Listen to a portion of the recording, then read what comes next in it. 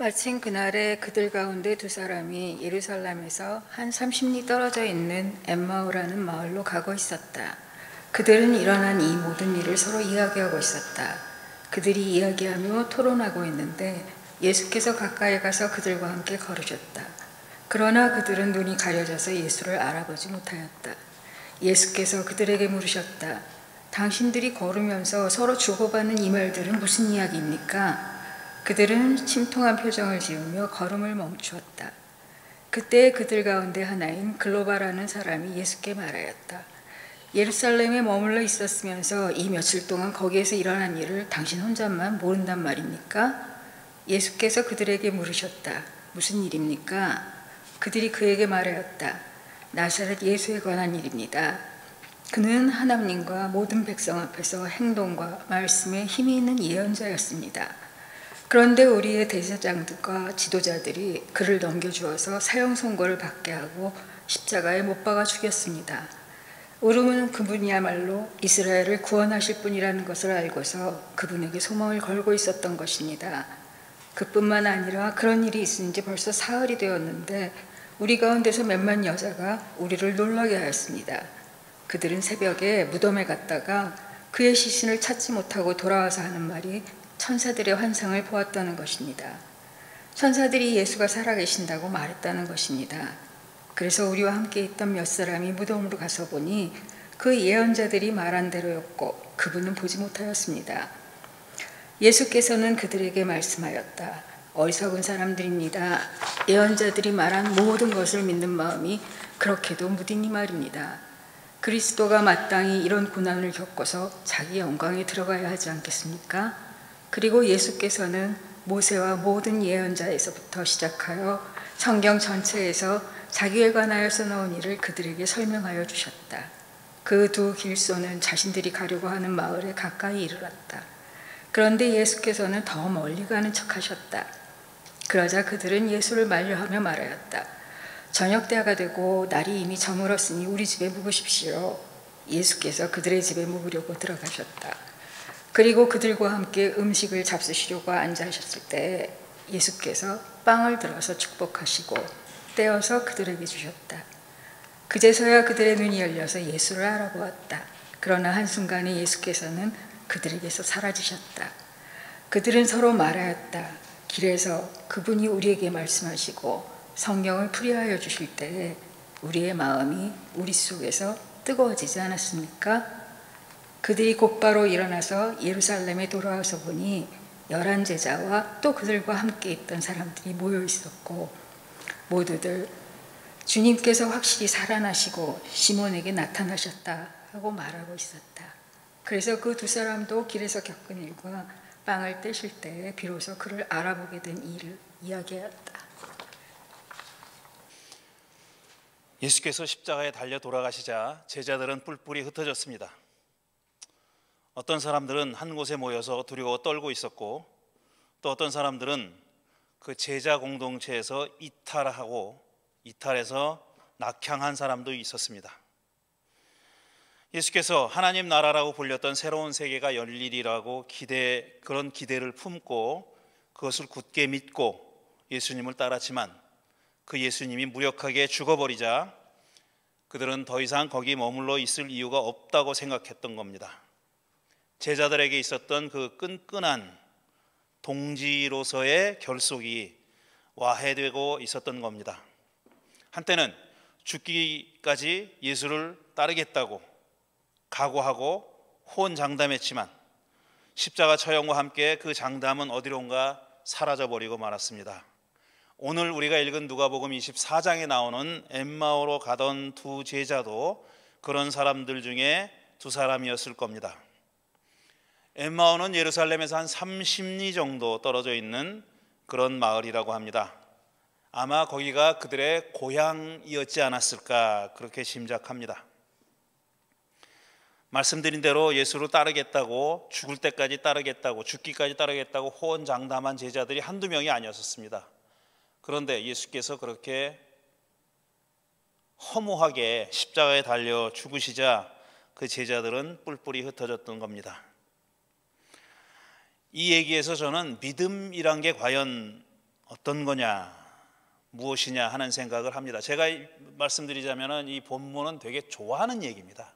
제가 아주 좋아하는 얘기고 또 제가 걸어온 신앙의 길과도 많이 유사하고 저뿐 아니라 여러분들도 아마 비슷한 그런 경험을 하셨을 거라고 생각하는데, 바로 이 얘기가 우리가 일반적으로 많은 신앙인들이 걸어가는 그런 신앙의 여정을 잘 보여준다고 생각해서 저는 이 이야기를 참 좋아합니다.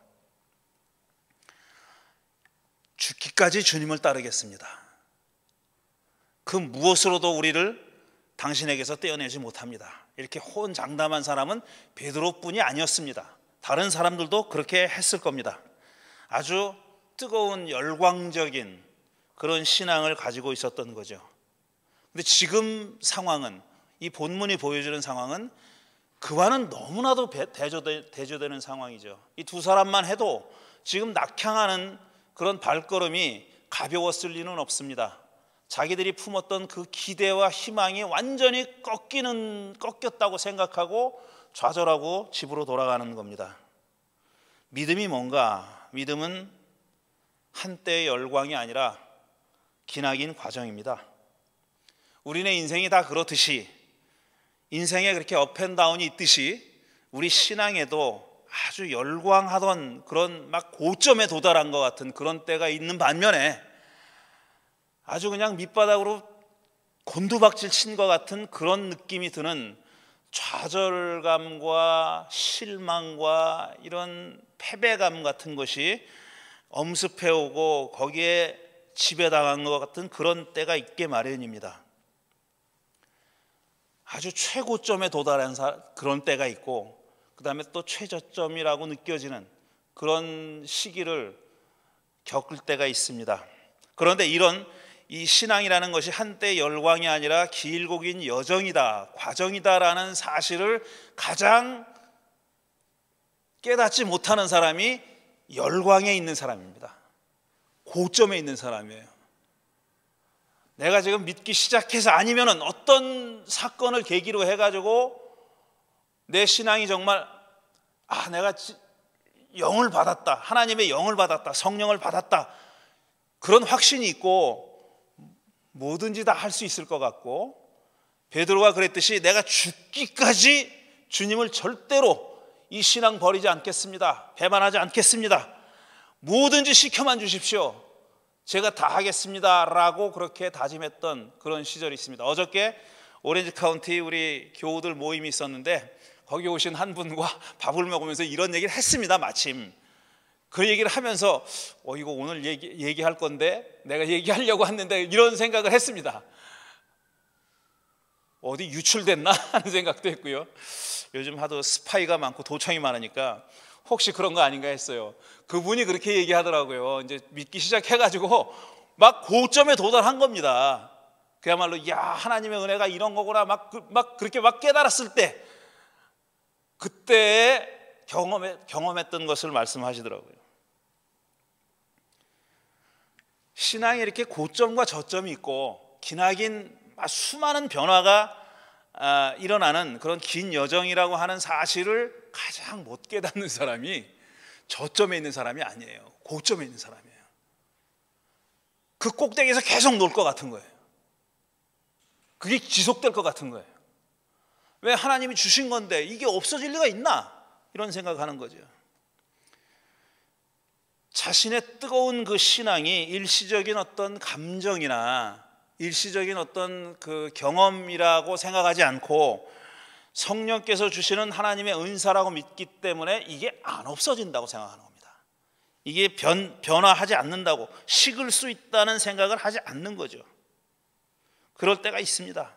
그런 사람들이 너 조심해, 그게 끝까지 가는 게 아니야 그러면은 딱 사탄으로 보이는 거예요. 이 자식, 가만 욕할 뻔했네. 이놈이 이게 뭐 하나님의 은혜도 모르는 게, 네가 신앙생활 오래 해봤지 이런 거 몰랐잖아 너는, 뭐 이렇게 되는 거예요. 이런 느낌이 되는 거예요. 이런 느낌이 들기 때문에 그걸 경계하는, 걱정이 돼서 경계하는 목소리는 사탄의 목소리로 들리는 겁니다. 인생은 길고 살다 보면 온갖 일들이 일어나는 거죠. 신앙도 마찬가지입니다. 그러니 고점에 도달했다고 이게 영원히 지속되리라고 믿을 것도 아니고 저점에 주저앉아 있다고 해서 그게 끝까지 가는 것도 아닙니다. 언제나 그게 업앤다운이 있는 거예요. 자, 오늘 이 주인공 두 사람은 예수님과 하루 종일 같이 길을 걸었어요. 종일 같이 길을 걸었어요. 예수님이 말을 걸죠. 그대들 지금 무슨 얘기를 하고 계시오? 이렇게 물었더니 이 말을 듣고 그 두 사람은 정말 침통한 얼굴로 예수를 쳐다보면서 당신은 이 며칠 동안 예루살렘에서 일어난 일을 모른단 말이요? 하고 핀잔하듯이 그렇게 되물었습니다. 지금 예수님과 함께 걸으면서 예수님이 자기 옆에 있는데 예수의 얘기를 하고 있는 겁니다. 근데 예수인 줄 몰라요. 예수의 얘기를 막 해. 뭐 이런 분이었다 저런 분이었다. 뭐라고 얘기하냐면은 하나님과 백성들 앞에서 행동과 말씀에 힘이 있는 예언자였다 이렇게 얘기해요. 그 다음에 대제사장들과 지도자들이 그분을 법정에 넘겨줘서 사형 선고를 받게 하고 십자가에 달아 죽였다. 예수님이 겪은 일을 얘기하는 겁니다. 예수님한테 얘기하고 있어요. 지금 자기들은 이 양반이야말로 정말 하나님께서 이스라엘의 구원자로 보내주신 분이고 그분에게 전적인 희망을 걸었었다. 또 이렇게 얘기해요.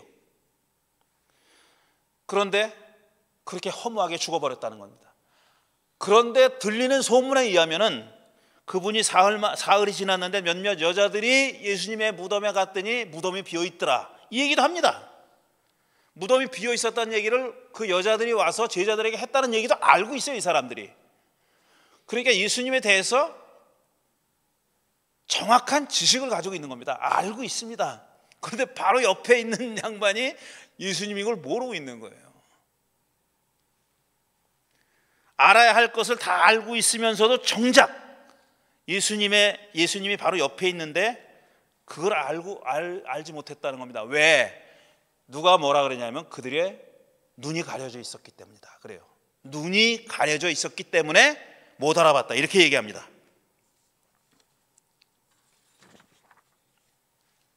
이 말을 듣고 예수님이 참 어리석은 양반들이요. 당신은. 그러면서 예수께서 이제 고난을 받으시고 부활하셔야 되지 않느냐 하는 것을 설명을 합니다. 그리고 성경을 풀어주셨다 그랬어요. 메시아에 관한 예언을 풀어주셨다 그랬습니다. 근데 이렇게 풀어주실 때까지도 이 사람들은 예수를 못 알아봤어요.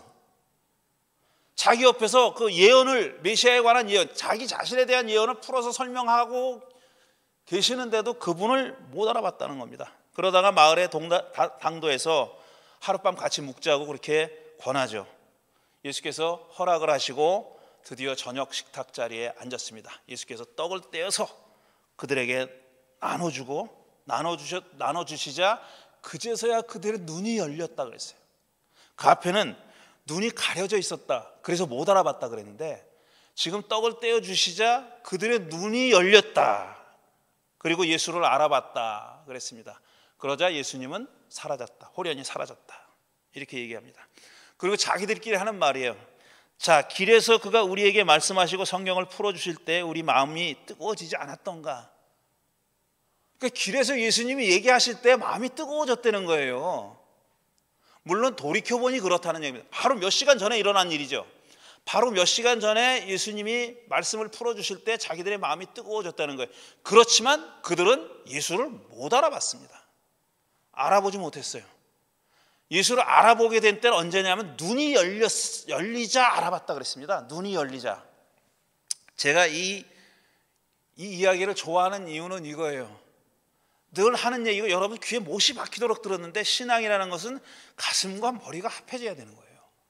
가슴이 뜨거워지는 경우가 있어요. 근데 왜 뜨거워졌는지도 모를 수가 있어요.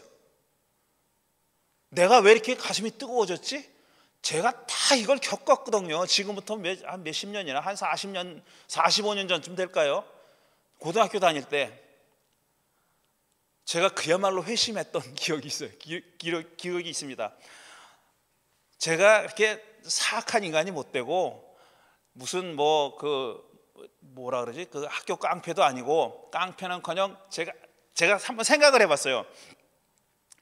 제가 누굴 때린 적이 없어요, 아직까지. 내 자식을 몇 번 이렇게 사랑의 매를 빙자해서 때린 거, 남을 때려본 적이 없어요. 맞기는 무수히 맞았습니다.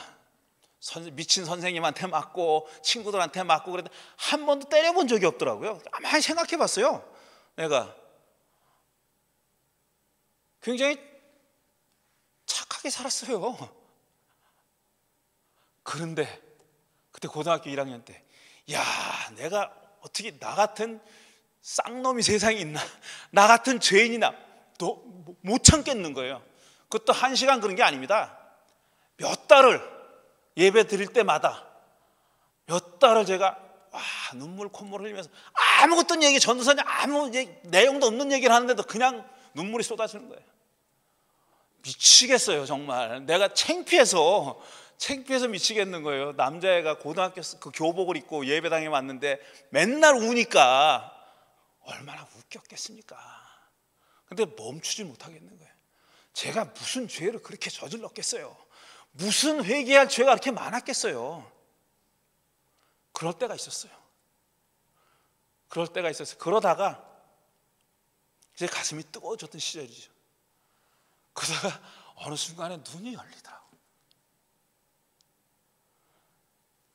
건방지게 얘기하는 것 같지만 제가 겪은 경험입니다.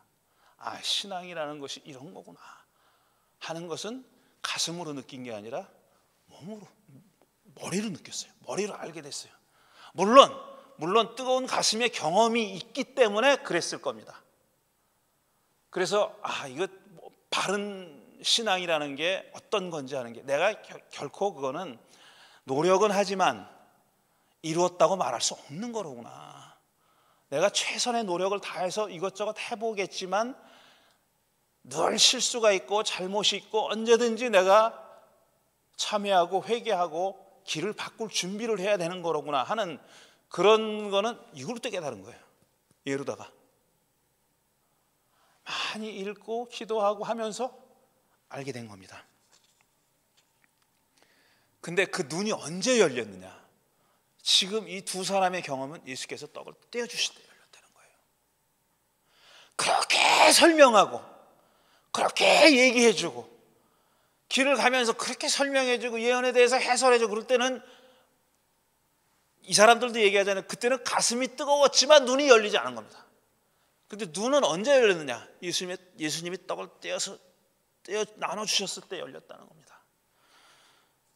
그러고 보니까 예수님이 얼마나 많은 사람들과 다양한 사람들과 식탁의 자리를 함께 하셨습니까? 유대인들이 금기라고 여겼던 사람들도 마다하지 않으신 분이에요. 바리새파 사람들, 정결례를 정말 무슨 뭐처럼 중요하게 생각하는 사람이에요. 같이 식탁을 겸상하는 사람들이 딱 제한되어 있습니다.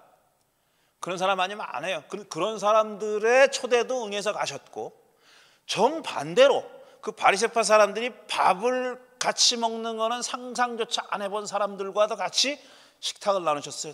떡을 떼어주시고 잔을 들어서 축복해 주시고 같이 드셨다고요. 이 제자들도 그럴 때 눈이 열렸다고 그랬어요. 눈은 그렇게 열리는 거로구나. 그렇게 열리는 거로구나. 우리가 머리가 깨지고 눈이 열리는 때는 내가 그동안 생각해보지 못했던 사람들과 교제하게 될 때입니다. 그때 눈이 열려요. 나랑 비슷한 사람들과만 끼리끼리 어울릴 때는 그런 경험은 못합니다. 그런데 전혀 다른 사람들과 같이 어울릴 때 눈이 열립니다. 예수님이 그걸 말씀하시고 싶어서 제자들에게 본을 보여주신 거라고 저는 그렇게 생각합니다. 가슴의 일과 머리의 일이 잘 연동되는 거, 그게 신앙이고, 그런 사람은 흔히 외적으로 볼 때 고점에 도달한 것처럼 보이지 않아요. 그런 사람은 쉽게 바닥에 떨어지지도 않습니다. 그냥 한결같은 걸음으로, 그렇다고 부침이 없다는 건 아니에요. 업앤다운이 없고 그도 고뇌가 있고 기뻐할 일이 있고 환희할 일이 있죠. 그러나 그 진폭이 그렇게 커지지 않는다는 거죠. 저는 이게 건전한 신앙이라고 생각해요. 너무 오도방정 떠는 것도 문제고, 너무 그냥 내가 제일 나쁜 놈 같고 내가 제일 비참한 것 같고, 그것도 아니라고 생각합니다. 가슴과 눈이 가슴으로 뜨거워지고 눈이 열려서 세상과 이웃과 하나님을 바로 볼 수 있게 되기를 바랍니다. 제가 그래서 이 얘기를 좋아합니다. 참 좋은 사람들이고 우리에게 중요한 것을 보여준 사람들이다, 이렇게 생각합니다. 드린 말씀 기억하면서 잠시 묵상하겠습니다.